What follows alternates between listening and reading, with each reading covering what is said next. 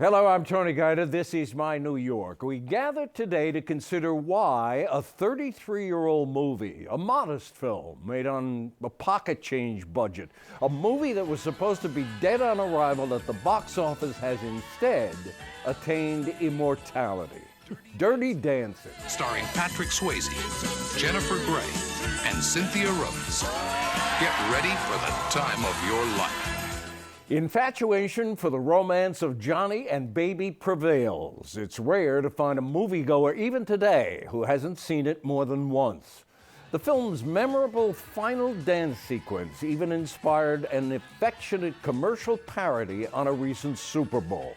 Yet more than 40 Hollywood studios, major and minor, read the screenplay and tossed it in the trash. Linda Gottlieb produced Dirty Dancing. She's here with delightful stories about the many perils of that production and insights into some of the serious issues raised by the film, issues that are still relevant today. Linda Gottlieb, next.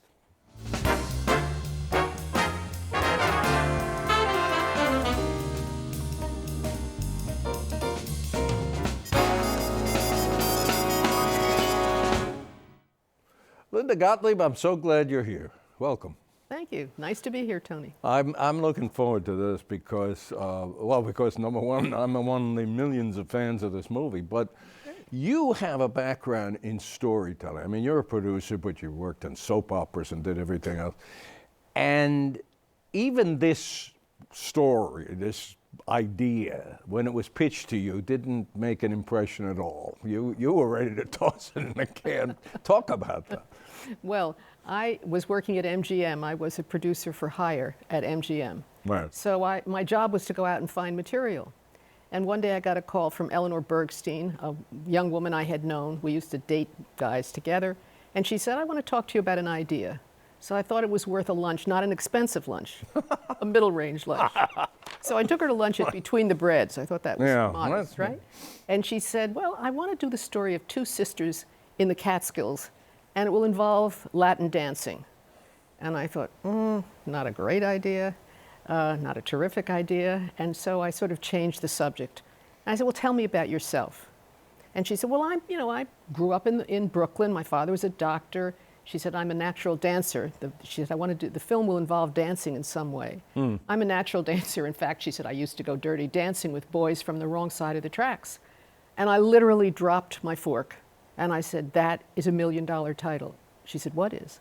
I said, Dirty Dancing. She says, no, that has nothing to do with the story. I said, Eleanor, that's the title, and now we'll figure out the story.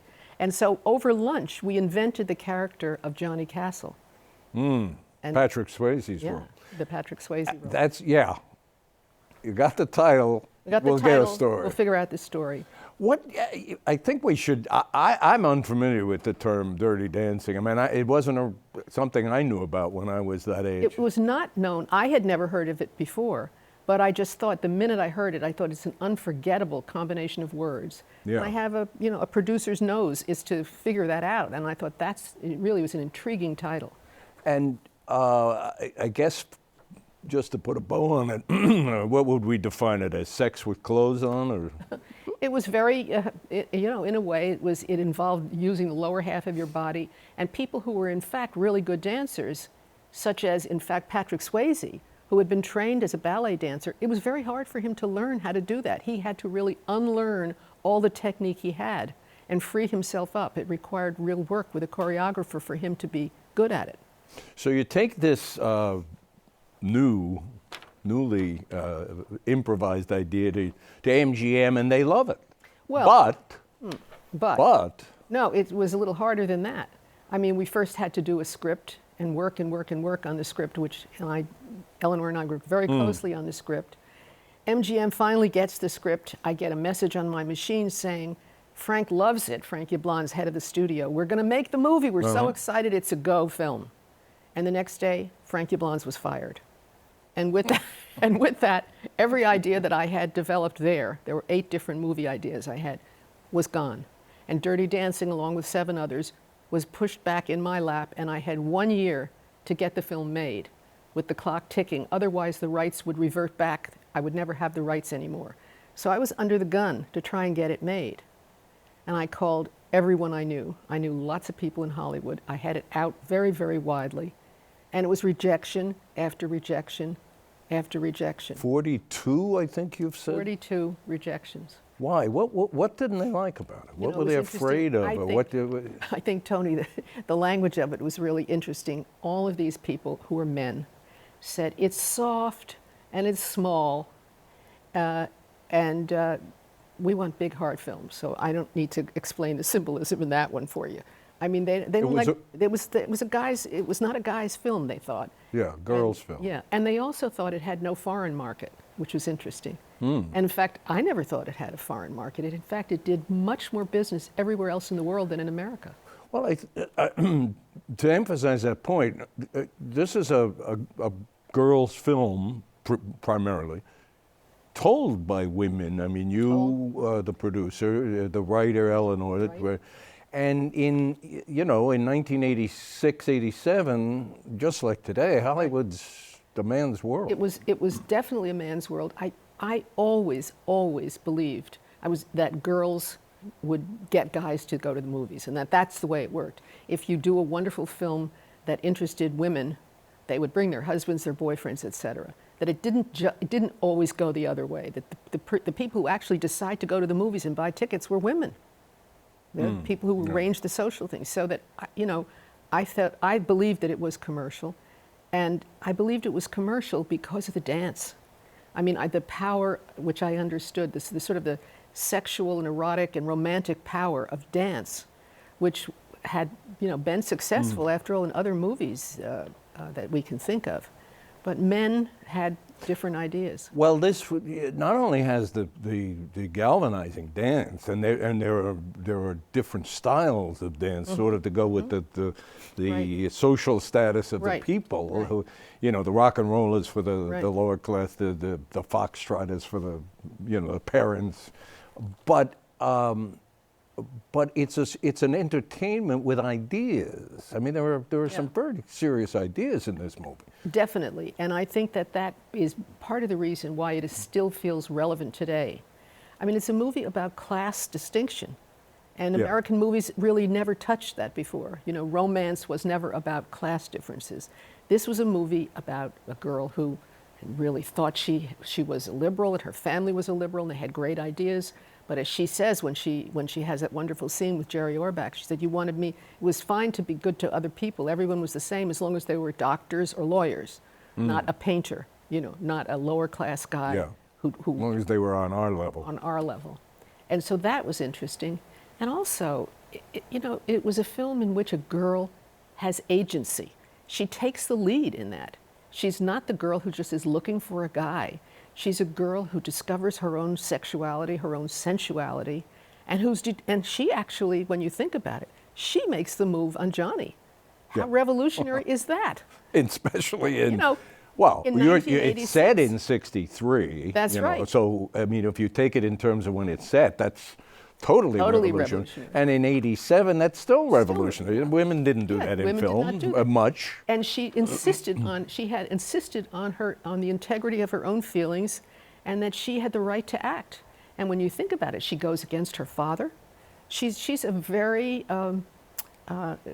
strong, charming, but very strong woman. Well, she grows from naive and idealistic and into a strong woman. And she has really got values, which is interesting. And also, I think that a large part of the reason for the film's success is that she's a very relatable girl. I mean, Jennifer is so adorable, but she was not the classic Hollywood, beautiful girl in the lead. Mm-hmm. And Well, they want. I love your story. The studio wanted Pia Zadora. Absolutely. Oh my goodness. Oh my goodness. They wanted Pia Zadora was their idea of who should play the lead, and I said no, I didn't really think that was too great an idea. Well, before we get to some of I don't know how you didn't blow your head off with all the things that went wrong all the hurdles in the production, the Hollywood story. Before we get to that, and before we leave the subject of the ideas, I'm intrigued by the fact that this movie is it does have these, the class struggle, racial injustice is depicted here. And yet it's set in the summer of '63 in a fairly complacent America at that time. This is before Kennedy is assassinated. This is before the Martin Luther King speech. This is before the urban riots. I don't know whether you guys intended it, but you seem to prefigure the times changing. Yeah, it was at a time of greater innocence, and that was very much a part of the way we felt about the film, that I think people are drawn to the fact that it's a simpler time, and that world exists within that cocoon of the Kellerman's Hotel, and nobody thinks beyond it. I mean, it's a movie that's confined in its location, but the ideas that it deals with, racial injustice, class injustice, abortion, the morality of lying to your father, what price is the truth? I mean, all of these issues are really complicated issues, but the setting of the country was in an earlier, easier time. And today, I guess that has an appeal. People look at it with nostalgia. It's their parents' generation or their grandparents' generation. Let's get to some of the Hollywood pulp here. Yeah, by all means. So all the studios rejected, but you find something called Vestron, which was a producer of VHS cassettes. Somebody called me up and he said, "This is Mitchell Canold from Vestron." I said, "What? I didn't get the name." He says, "Vestron. We do video cassettes, and we're in Stamford, and we're interested in making the movie." And I really thought it was a prank phone call. I thought it was some friend of mine, because I used to tell people I'm just keeping track of how many people turn this down. But it turns out that Mitchell had in fact been a waiter in the Catskills, and he thought he saw the film that we saw in it. He picked it up and he said, "It's commercial, it's terrific, I have to get it made." And they then said, "If you can make it for under $5 million, we'll make the film. But if you bring it in with $5,001,001, we will not make the film." So my job as a producer was to figure out how to get it made. The first budget came in at $8 million, and then we got it down to $7.5 million, and then we got it down to $6.5 million. And then we realized we could not make a film about the Catskills in the Catskills. We couldn't afford it. And the Catskills, especially in the summer. Right. And the Catskills themselves had changed so much by '87 that it was it was already AstroTurf. They were almost not there anymore. So we looked around and we went to down to Virginia and North Carolina, and created the Catskills in this sort of Baptist Belt place where I didn't tell them it was called Dirty Dancing. I gave them the script, and I said it's called Dancin'. I put a different title page, Dancin' with a little exclamation, little apostrophe. You were afraid they what? They were going to think you were making a porno? A porno, and that it was about Jews in the Catskills with abortion. I didn't think they'd give us the location. I mean, we needed that location. I said, "Oh, it's sort of like an MGM musical. It's going to be wonderful. You'll love it." And in fact, it created the film's success has still created Lake Lure. They have Dirty Dancing weekends. 33 years at this later, place. Absolute to this day. I mean, I went down there. Yeah, I saw that in this documentary on Netflix, which is a thing about movies that made us. That's what they call it. You went down there, but the lake is gone. The lake, I was astounded. The lake dried up. Nobody knows why. It was some geological weirdness, and the lake disappeared. But they're doing Dirty Dancing. But they have. They're Dirty still Dancing. capitalizing. Oh, they're still. This is the cabin where Baby was. This is where Johnny and she, walked with the watermelon. This is all of these memorialized plaques. And yet, when we went down there, I mean, if I had ever told them what it was about, we would never have had that location.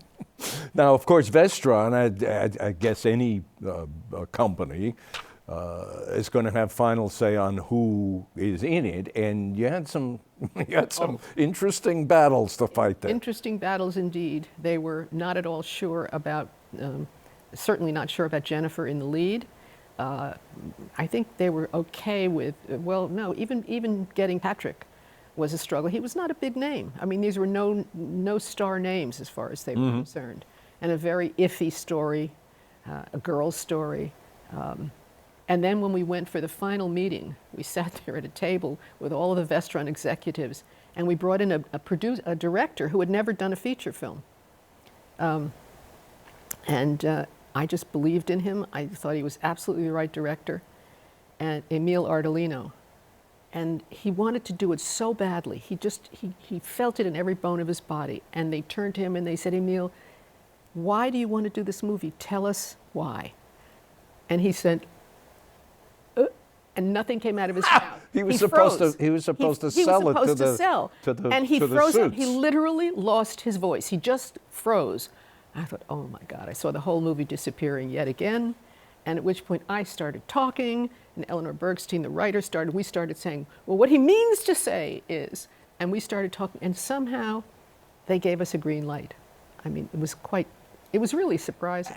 And as you pointed out, for a very, what I called a pocket change budget, and the movie depends so much on music. Well, music rights are not inexpensive. I'll tell you an interesting story about it.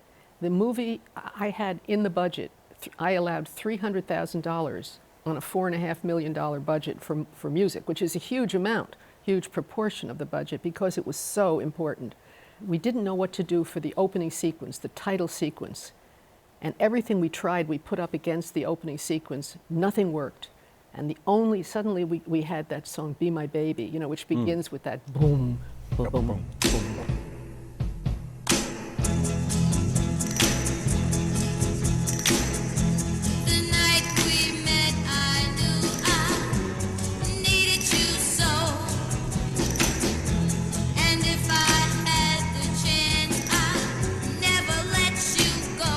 And the minute you played that against the footage, the hairs on your arm would stand up. It was fabulous. The price for that was $75,000 for that little clip of music. That was a quarter of your budget. Quarter of the budget, and I said, we've got to get it. We're going to do it. Gave them money. They, went ahead, got that piece of music, and at that point, Vestron then, to their credit, said, this is really looking really good. And what would you do if we gave you another $50,000? And I said, I would buy more music. And they put another $50,000 in it, and I bought 2 more songs to use in the track. And it ended up that we had enough music for two CDs, and it was a huge source of revenue for the movie. The soundtrack was the biggest, for the longest time, it was, I think, the biggest selling soundtrack in American movies. And, ironically, as we're talking about music, ironically, this film wins an Oscar for Best Song. Best Original Song. Well, yeah, sure. And that guy was, he was terrific. We had no songs, so we fired the music supervisor and brought in this wonderful guy named Jimmy Einer, who was really a force of nature, and he just worked the phones. He called every composer he knew, everybody. Give me a song. Give me a song. Here's what here's the idea behind the song. We need 16 bars at the beginning so the girl can walk up to the stage. I mean, he gave them sort of the architecture of a song, and all of a sudden, Time of My Life came in, was mailed in. We played it, and everybody started dancing. Had the time of my life, and I owe it all to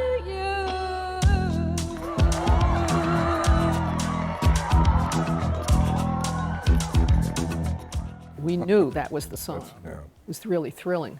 So, problems with location, problems with the stars, problems with the music.